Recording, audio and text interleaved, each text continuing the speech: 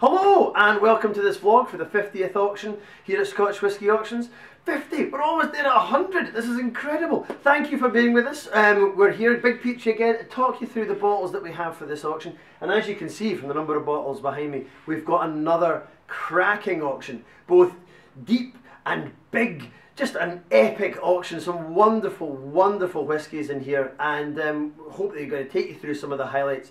And then when the auction goes live tomorrow, you'll see the depth and the quality we've got.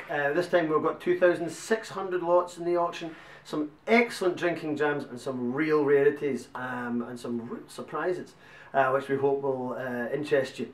First up, what you'll notice in this month's auction is that we have a number of bottles that have quite a bit of information about the Nepal Disaster Relief Fund. One of our customers is very fond of Nepal and has donated a large number of bottles to which will then obviously the proceeds for that will go towards the relief fund. We here at Scotch Whisky Auctions will apply a buyer's premium to those bottles, but that buyer's premium we will then donate to the fund as well. So those 30 lots, all of the money that goes to that will be going to the relief fund. So you'll see a large amount of information on the sites. They're well signposted which ones they are, and just to let you know, they include lots like this. Now this is obviously a 50-year-old Springbank, in itself quite fantastic. This is from the Millennium release, again quite fantastic. One of the lots is the complete Springbank Millennium release with its accompanying minis. So that's, I mean, that would be a star of an auction anyway, but considering that all of the money raised from that auction, from that lot, will go towards the relief fund, we really hope that people can dig deep and help out the people of Nepal. So that's our wonderful charitable start to the auction. We also have the normal lots, the other interesting investable whiskies, drinking whiskies. And what we've got at the start is some, well, we've got some old ones, some golden oldies. And none more goldy or oldie than this one. This is a Hague which has been estimated to be around from the circa 1918. So this is long before David Beckham got involved, and it's a cracking example, and considering its age, in remarkably good nick. A fabulous whisky, and just a, I'm feeling a wee bit nervous holding it, to be honest. Cracking bottle. If it weren't for the fact we had a 1919, we also have, from White Horse, a 1938. Good fill level. Again, these are this wonderful old White Horse bottlings, which are filled, be very careful with that bottle as well, with Lagavulin, maybe some malt mill, all those old whiskies that have sat there, melded over time. Fabulous whisky, drinking whisky, or investment whisky. We also have, from the 1930s, a 1939 black and white. So we have these competing blends from the start of the century, when blended whisky was the thing. Malt whisky wasn't a big thing. So that's the way that whisky was, when people were aiming for these wonderfully created blends. Now the great thing about these bottles is that we have not duplicates, but we have another rack of mini versions of these bottles. A 1940 quarter bottle, some minis which are 1/10 of a pint from the 1930s as well. The number of pre-Second World War whiskies we've got in this auction is absolutely stonking. So get in and have a look around at that, because there are some absolutely stellar wee bottles, especially the wee minis there as well.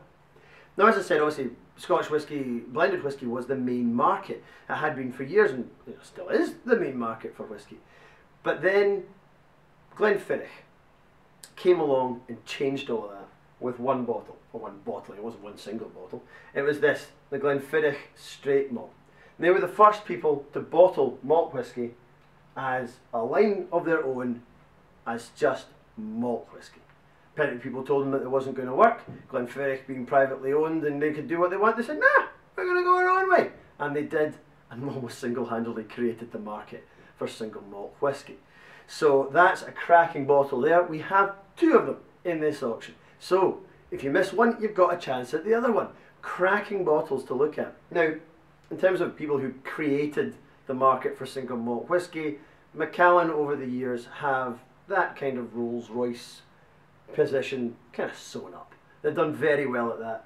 And this bottle here was distilled in 1938. So another pre-Second World War bottle of whisky here.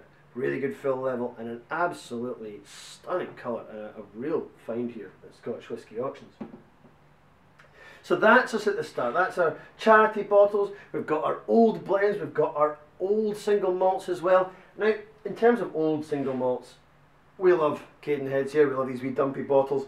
And here we have a Talisker, which was distilled in 1957. 20 years old, still filling the neck level there. An absolutely stonking bottle, and a chance to taste that. One of the most iconoclastic distilleries. I mean, they're out there on Sky all by themselves, bottling at 45.8% because they can, because they want to. A fabulous distillery and a great chance to taste the way that that distillery used to work when it was a much different model than they're using it. Scotch whisky auctions over the last couple of months and years, we've done really well with Kurosawa. Kurosawa has become a big thing for us, and we have a wonderful lineup of Kurosawas this month. The 3 bottles here represent my picks, maybe not the peaks, but my picks for this auction. So once again, get in, have a look around at the Kurosawas. First up here, we have a 1981 vintage, and this is cask 7924, bottled at 56.6%. As far as we're aware, or we can check, this is the first time this bottle has come up for auction in the UK.